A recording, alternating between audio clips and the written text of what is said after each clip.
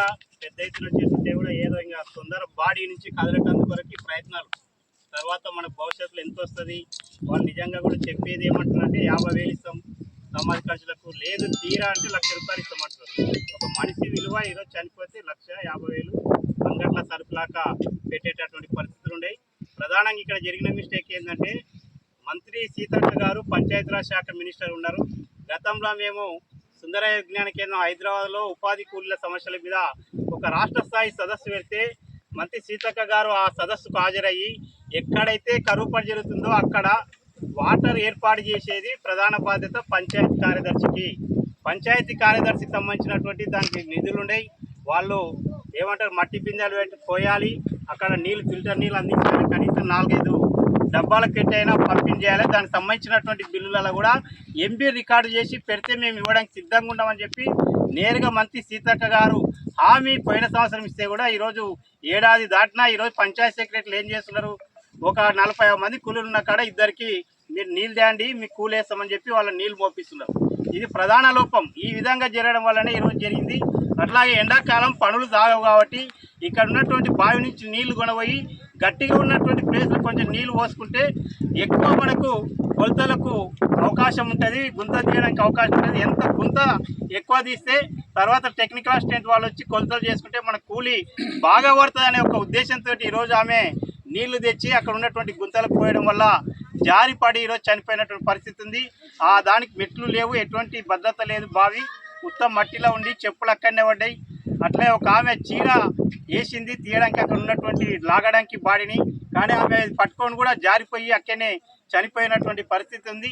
కాబట్టి ప్రధానంగా ఇక్కడ ఉన్నటువంటి ఎంపీఓ బాలయ్య నిర్లక్ష్యం, అట్లాగే పంచాయత్ సెక్రటరీ నీటి వసతి ఇక్కడనే కాదు రాష్ట్ర వ్యాప్తంగా కూడా ఈ నీళ్ళ సరఫరాల ప్రధానంగా ఎండాకాలం తాగునీటి సరఫరా ఉండడం వల్లనే ఈరోజు ఇటువంటి ఘటనలు జరుగుతూ ఉన్నాయి.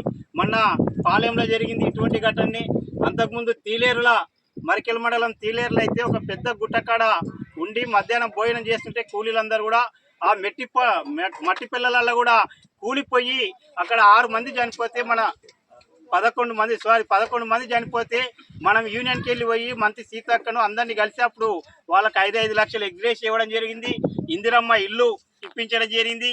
అట్లాగే న్యాయంగా వాళ్ళకి రావాల్సినటువంటి పరిహారం వల్ల కూడా మనం యూనియన్ తరఫున పోరాటం చేసి ఈరోజు వచ్చింది. కాబట్టి ఈరోజు ఎంతవరకున్న అధికారులు కొంతమంది అధికార పార్టీ లీడర్లు ఏం చేస్తారంటే ఏదో తక్కువ మాట్లాడి నుంచి బాడీ పోవాలి, లేదు లేట్ అయితే రకరకాల సంఘాలలో వస్తారు, ఇదలా ప్రెస్ టీవీలలో వస్తారు, పెద్ద ఎత్తున అలచల్ అవుతుంది, అధికారుల కల్లా కూడా సస్పెండ్ అయ్యే అవకాశం ఉంటుందని చెప్పి ఈరోజు ఆగా మేఘాల మీద ఏదో సెటిల్మెంట్ చేసుకుని నుంచి బాడీని అయితే తరలించడం జరిగింది. కనీసం పోస్ట్ మార్టం చేయాలంటే కూడా వద్దు, మేము పంచనామా చేసి రెవెన్యూ వాళ్ళతోటి మేనేజ్ చేస్తాం, దానికి వచ్చేటటువంటి 2 లక్షలు వస్తాయి. ఎందుకంటే ఈరోజు ఆమె అటెండెన్స్ పడి ఉంటుంది, ఫోటో కూడా ఉదయం దింపింటారు ఒక ఫోటో, రెండో ఫోటో మాత్రం దింపలేదు. కాబట్టి ఆ హాజరు ఆధారంగా మళ్ళీ అది కలెక్టర్కు ఫైల్ పెట్టి ఆమె డెత్ సర్టిఫికేట్ వల్ల వీళ్ళ పంచనామా ఆర్ఐ గిరిదవరి రెవెన్యూ వాళ్ళు ఈ రిపోర్టర్లో తీసుకుని ఇచ్చే వరకు వాళ్ళ కూడా ఏడాది పట్టవచ్చు, 6 నెలలు పట్టవచ్చు, 9 నెలలు పట్టవచ్చు ఈ 2 లక్షలు రావడానికి. కాబట్టి ఇప్పుడు కూడా ఈ 1,00,000 రూపాయలు ఇప్పుడు 50,000 తక్షణం ఇస్తాం, ఇంకో వారం 10 రోజులు 50,000 ఇస్తామనేది కూడా స్పష్టత లేకుండానే ఆగ మేఘాల మీద మేము 1,00,000 ఇస్తామని చెప్పి ఈయనుంటే అందరు అధికారులు అందరూ అధికార పార్టీ నాయకులు ఆగ మేఘాల మీద బాడీని తరలించిన మనల్ని చల్లగా చేసింది. కాబట్టి భవిష్యత్తులో కూడా ఇటువంటి ఘటనలు జరగకుండా ఉండాలంటే ఇప్పుడు జరిపినటువంటి జాగ్రత్తలు పంచాయత్ సెక్రటరీ బాధ్యత తీసుకొని ఒక 5-6 బిందెలకు అక్కడ నీళ్లు ఏర్పాటు చేయాలి. లేదంటే ట్యాంకర్ ఉంటుంది ప్రతి గ్రామంలో, ఆ ట్యాంకర్ ద్వారా అక్కడ మనకు సప్లై చేయొచ్చు. దానికి సంబంధించినటువంటి బిల్లులు, దానికి సంబంధించినటువంటి డీజిల్ బిల్లులు అన్నీ కూడా గవర్నమెంట్ పెడితే ఎంపీ రికార్డు పెడితే వస్తుంది. కాబట్టి మనం ఎప్పటి నుంచో కొట్లాడుతున్నాం, పడి ప్రదేశంలో టెంట్ లేకుంటుంది, గతంలో పారాలు ఇస్తుంది, ప్రతిరోజు ఓఆర్ఎస్ ప్యాకెట్ ఇవ్వాలి, ఎండాకాలం తీవ్రత ఉంది. గతంలో ఏప్రిల్ మే 2 నెలలకు సంబంధించినటువంటి మనకు 100 రూపాయలు కూలి పడితే ఎండాకాలం కాబట్టి పనులు సాగవు కాబట్టి అదనంగా 20% బోనస్ ఇస్తుంది. ఇవల్ల కూడా ఏ పనులు ఈరోజు చేస్తలేరు. మళ్ళీ జూలై 1 నుంచి కొత్త చట్టం వస్తుంది. గతంలో 10% రాష్ట్ర ప్రభుత్వం, 90% కేంద్ర ప్రభుత్వం భరించే నిధులను ఇప్పుడు ఈ చట్టాన్ని మార్చి కొత్త చట్టం తెచ్చి జూలై 1 నుంచి అమలు చేస్తున్నారు. కాబట్టి తక్షణమే బాధితురాలకు 1,00,000 కాదు, కనీసం 2 లక్షలు నగదు ఇవ్వాలి ప్రభుత్వం పరంగా, తర్వాత వచ్చే అది 2 లక్షలు వస్తుంది. కాబట్టి భవిష్యత్తులో ఇటువంటి ఘటనలు పునరావృతం కాకుండా ప్రభుత్వ అధికారులు చర్యలు తీసుకోవాలని చెప్పి మన యూనియన్కి వెళ్ళి డిమాండ్ చేస్తూ ఉన్నాం. ఇప్పుడు వ్యవసాయ కార్మిక సంఘం మదనాపురం మండల కార్యదర్శి ప్రసాద్ ఒక మాట మన కొరకే కదా. చెప్పలేదు. ఇప్పుడు వాళ్ళు ఉంటే న్యూ జెండా వేసుకో, జెండా వేసుకుని చిచా తొందరగా మాట్లాడేసి అందరికి.